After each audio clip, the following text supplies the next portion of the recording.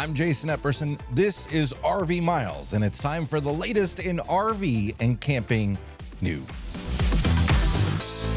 First up, the situation surrounding the abrupt proposal to add golf courses, 350-room lodges, cabins, pickleball courts, and disc golf to 9 Florida state parks is changing rapidly, with a previously secret developer now pulling out. I did a whole video on this on Saturday if you want to know what the situation was 2 days ago. Essentially, early last week, the Florida Environmental Protection Department, which runs the state park system, was forced to quickly announce a sweeping plan for development at several state parks after leaked documents outed their existence. The largest components of that plan are 3 golf courses covering 1,050 acres at Jonathan Dickinson State Park. The golf courses would necessitate the removal of the Hobe Mountain Observation Tower, an existing park entrance, staff residences, and more. Jonathan Dickinson State Park is on the Atlantic coast north of Palm Beach. Anastasia State Park on the Atlantic coast in St. Augustine, and Topsail Hill Preserve State Park on the Gulf Coast near Destin would each get lodges with a 350-room capacity, along with 4 pickleball courts and disc golf courses.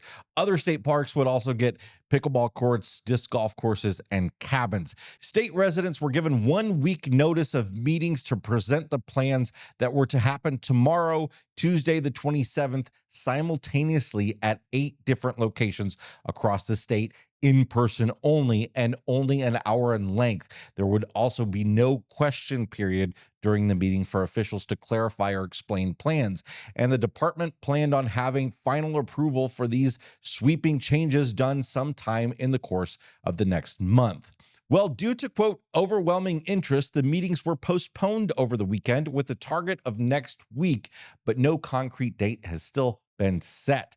Meanwhile, protests formed at several of the state parks with development proposals over the last week, and suddenly Sunday night, the previously unknown nonprofit developer that apparently has plans for these golf courses at Jonathan Dickinson State Park has now rescinded its proposal. According to the Palm Beach Post, a mysterious foundation called Tuskegee Dunes says it is behind the controversial proposed golf courses and is now pulling the plug on the plan. The foundation said in a statement sent to the press that the golf courses and other facilities would have, quote, told the inspirational story of the Tuskegee Airmen, a group of African-American military pilots and airmen who fought in World War II.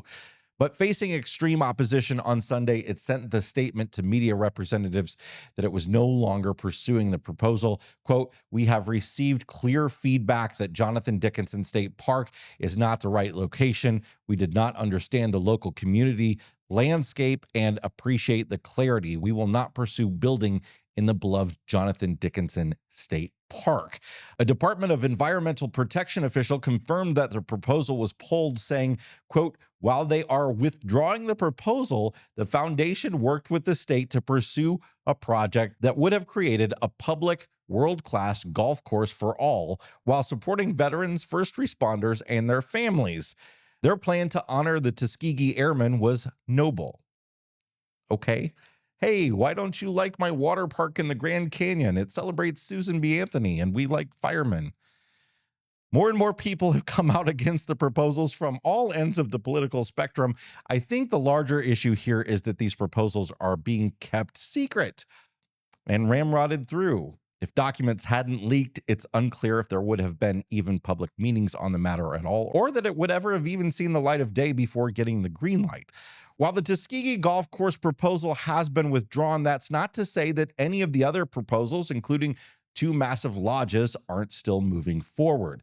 I don't think anyone thinks there's no place for outdoor recreation activities like golf or accommodations like lodges in state parks. It's a matter of proposing them properly and public discourse over whether that's the right thing for that location at all. This all feels very much wrapped in grift and secrecy. There are dozens upon dozens of golf courses and hotels within minutes of most of these state parks. And frankly, I bet some of those businesses have opinions on their potential new competitors, the state of Florida. Heavy rain last week created a dangerous flooding situation along Havasu Creek in Arizona, stranding about 200 hikers inside the bounds of Grand Canyon National Park and the famous Havasupai Falls on Havasupai tribeland. The Arizona Department of Emergency Management and Arizona National Guard evacuated more than 100 people out of the canyon, including members of the Havasupai community and people visiting Havasupai Falls. The Havasupai Tribe Council said damage to the Supai Falls campground is extreme and the trails between the falls and the campground are unpassable.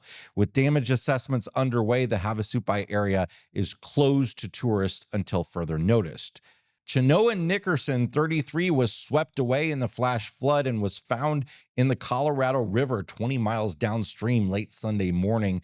Park officials said she was swept away Thursday along with her husband, who was rescued by rafters. Trouble is afoot for the 26-store RV dealer giant Lazydays. The company's second quarter 2024 financial results were released last week, and the picture isn't pretty.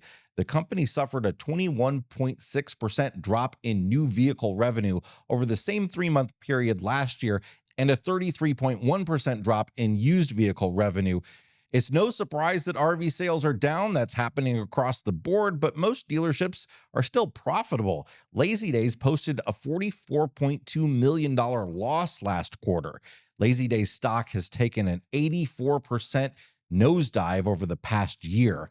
To compare, their competitor Camping World, admittedly a much larger competitor with over 200 stores, posted sales increases over the last year, and their last quarterly report released in July had them operating with a net profit of $30 million. That's not great for a company that size. Things have still been difficult for Camping World, but operating at a loss is a whole different ball of wax and could spell disaster for Lazydays.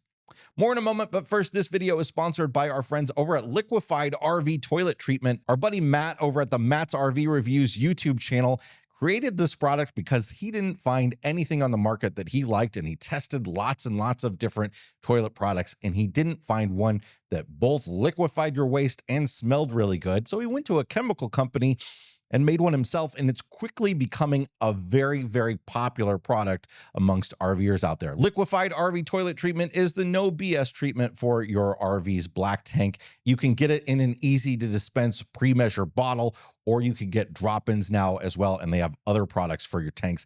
Check them out over at liquifiedrv.com, or you can also find them on Amazon. I'll put links to both in the description below. Next time you book a stay at a KOA campground, you're going to be able to pay extra for a weather guarantee. Sensible Weather has partnered with KOA to offer weather guarantees at more than 450 KOA campgrounds across the U.S. If you buy coverage and the weather each day exceeds predefined parameters, Sensible Weather automatically sends a text message to consumers letting them know how to collect their payout. Campers with weather guarantees can receive reimbursements from Sensible Weather for up to 100% of the nightly rate in real time. Sensible Weather also works with like golf courses and other campgrounds across the country as well. Adventure trailer manufacturer Taxa Outdoors has a new line of off-road packages called Taxa X available through their four popular trailers: the Mantis X now, the Cricket X, the Tiger Moth X, and the Woolly Bear X. Neil Grimmer, CEO of Taxa Outdoors, said in a release, quote, "We've taken everything we know about exploring the wild to craft a line that empowers adventurers and gives them confidence to hit the hardest terrain. These habitats are more rugged than ever.